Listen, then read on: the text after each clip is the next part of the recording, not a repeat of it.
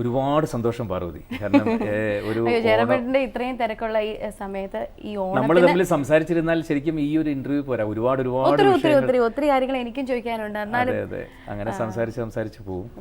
ഇനിയിപ്പോ ഞാൻ അങ്ങോട്ട് ചോദിക്കാം, അമ്മ എങ്ങനെ ഇരിക്കുന്നു? എല്ലാവരും നല്ല സന്തോഷമായിട്ടിരിക്കുന്നു. അമ്മ ഇപ്പം രാജേട്ടനും എല്ലാവരും ഇപ്പം നമ്മൾ രാവിലെ എണീറ്റാൽ എങ്ങനെ പപ്പായെ ഇനി തിരിച്ച് പഴയ രീതിയിൽ കൊണ്ടുവരും. ഞങ്ങൾ എല്ലാവരും ഞങ്ങളുടെ ഒരു ലൈഫിന്റെ മുഴുവനും മാറ്റി വെച്ചിരിക്കുകയാണ്. ഇനി ഞങ്ങൾക്കൊരു നമ്മൾ ഇത്രയും പോലും വിചാരിച്ചില്ല. ദൈവത്തിന്റെ കാരുണ്യം കൊണ്ട് മാത്രമാണ് ഇത്രയും തിരിച്ച് അദ്ദേഹം വന്നത്. വെല്ലൂർ ഹോസ്പിറ്റലിൽ പപ്പ കിടക്കുമ്പോൾ ഞാനും അശ്വതിയും മോളും കൂടിയാണ് പോയത്. റൂമിനകത്തേക്ക് കയറി ജയചേട്ടനെ കണ്ട് ചേട്ടാന്ന് വിളിക്കുന്നതും ഇപ്പുറത്ത് എൻ്റെ മോൻ അങ്ങനെ ഫെയിൻ്റായിട്ട് പട്ടക്കവും നിലത്ത് വീണു. കാളിദാസ് അവനെ വേഗം പൊക്കിയെടുത്ത് പുറത്തു കൊണ്ടുപോയി കുറേ നേരം കഴിഞ്ഞിട്ട് ഞാൻ എന്ത് പറ്റിയെന്ന് വെച്ചാൽ അവൻ പറഞ്ഞു, അപ്പോൾ ഞാൻ ജനിച്ചത് തൊട്ട് ഞാൻ ചിരിക്കാൻ പഠിച്ചതും എല്ലാം ഈ TV കണ്ട് ജയതിച്ചേട്ടൻ്റെതാണ്. ജയതിച്ചേട്ടൻ ഇങ്ങനെ കിടക്കണം കണ്ടപ്പോൾ പെട്ടെന്ന് അവന് കയറി ഫെയിൻ്റായി നിലത്ത് വീണു. പലർക്കും ഇപ്പം അതാണ് പ്രശ്നം, ഫെയിൻ്റായി നിലത്ത് വീണുപോയി. അവൻ പറയാം, എനിക്ക് ഒരുപാട് ഓർമ്മകൾ വന്നു. പെട്ടെന്ന് എൻ്റെ മനസ്സിൽ ഓർമ്മ വന്ന് ആ മനുഷ്യൻ ഇങ്ങനെ കിടക്കുന്നതിൽ വെച്ചാൽ പെട്ടെന്ന് ഞാൻ ഫെയിൻ്റായി വീണെന്ന്. പിന്നെ ഞങ്ങളെല്ലാം എന്താ പറഞ്ഞ ഇതെല്ലാം പപ്പയുടെ ഒരു ഇത് എന്തൊക്കെയോ പറഞ്ഞത് ശരിയാണ് കേട്ടോ. ഒരു റെസ്റ്റ് നിങ്ങളൊക്കെ ഒരുമിച്ച് കുറച്ച് ദിവസം റെസ്റ്റ് ആയിട്ടിരിക്കട്ടെ. അദ്ദേഹത്തെ പബ്ലിക് ഒത്തിരി മിസ് ചെയ്യുന്നുണ്ടാകും. പക്ഷെ ഞങ്ങളെ സംബന്ധിച്ച് ജനിച്ചിടം തൊട്ടും പപ്പ എപ്പോഴും ബിസിയാണ്. ഇപ്പം ഞങ്ങൾക്കും കുറച്ച് സമയം സ്പെൻഡ് ചെയ്യാം, ഞങ്ങൾക്കും കൂടെ നോക്കാം എന്നൊക്കെ ഉള്ള രീതിയിൽ അമ്മ ഫുൾ ടൈം ഇപ്പം ആ ഒരു ചിന്തയാണ്. ഫുൾ ടൈം എല്ലാത്തിനും കൂടെ ഉണ്ട്. ഞങ്ങളെല്ലാവരും ഇപ്പോൾ ബിസിയാണ്. തിരിച്ചു കൊണ്ടുവരുന്നതിന് അമ്പിളിച്ചേട്ടനായി തന്നെ തിരിച്ചു കൊണ്ട് ഇനിയും ജയറാമേട്ടനും പപ്പായും ഇഷ്ടംപോലെ പടങ്ങൾ ഇഷ്ടംപോലെ നല്ല നല്ല ക്യാരക്ടേഴ്സ് സമ്മാനിക്കാൻ ഇടയാകട്ടെ എന്നുള്ള എൻ്റെ പ്രാർത്ഥനയും.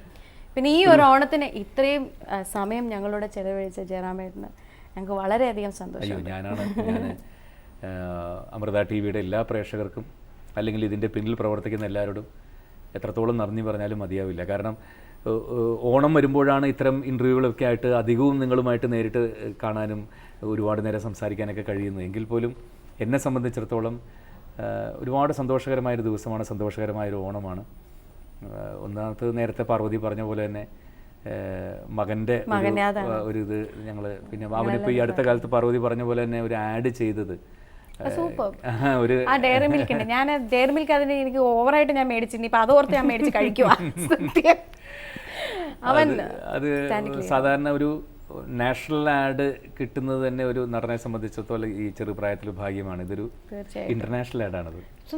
ഇന്റർനാഷണൽ ആഡാണ്, കാഡ്ബറീസ് ഇന്റർനാഷണൽ ആഡാണ്. ഞാൻ എൻ്റെ ഹസ്ബൻഡിനോട് പറഞ്ഞപ്പോൾ ഇത് കാളിദാസാണ്. പുള്ളി അങ്ങനെ അധികം ഫിലിം കാണുന്ന ഒരാളല്ല, ഫുൾ ടൈം രാഷ്ട്രീയത്തിൽ ഇതിലും അതിൽ തന്നെയാണ്. ഇത് കാളിദാസാണോ? അതിൽ ഞാൻ അതേ അല്ല അതേ പറഞ്ഞാൽ വിശ്വസിക്കൂല, ശരിക്കും നോക്കാം.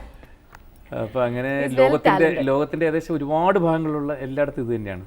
കാരണം ഭാഷ വ്യത്യാസം ഇല്ലാതെ എല്ലായിടത്തും നല്ലൊരു എന്താ പറഞ്ഞ നല്ലൊരു എൻട്രി ആവട്ടെ കാളിദാസിൻ്റെ. ഇനി അത് പോട്ടെ, സാർ എങ്ങനെ ഇരിക്കുന്നു? ജോർജ് സാർ എങ്ങനെ ഇരിക്കുന്നു? എല്ലാവരും സന്തോഷം. ജോർജ് സാറിന് അടുത്ത ഇലക്ഷന് വേണ്ടിയിട്ടുള്ള തയ്യാറെടുപ്പാണ്. ഞാനിനി ഓണത്തിന് വീണ്ടും തിരുവനന്തപുരം വീട്ടിലാണ്. ഞങ്ങളുടെ ഓണം ഇപ്രാവശ്യം പപ്പയുടെ കൂടെയാണ്. ഇപ്രാവശ്യം എന്നല്ല, ഓണം ഇവിടെയും ക്രിസ്മസ് അവിടെയായിട്ടാണ്. പണ്ട് തൊട്ടേ ഞങ്ങളുടെ കല്യാണം കഴിച്ചപ്പോൾ അദ്ദേഹം ഒരു തീരുമാനം വെച്ചു, ഓണം ഞങ്ങൾക്ക് വിട്ടു തരിക, ക്രിസ്മസ് ഞങ്ങൾ അങ്ങോട്ട് പോവുക. അതുകൊണ്ട് ഇപ്രാവശ്യം ഓണം എല്ലാവരും ഇവിടെയാണ്. നല്ലൊരു സന്തോഷം, ഒരു മൂഡ് കൊടുക്കുക എന്നുള്ളതല്ലാതെ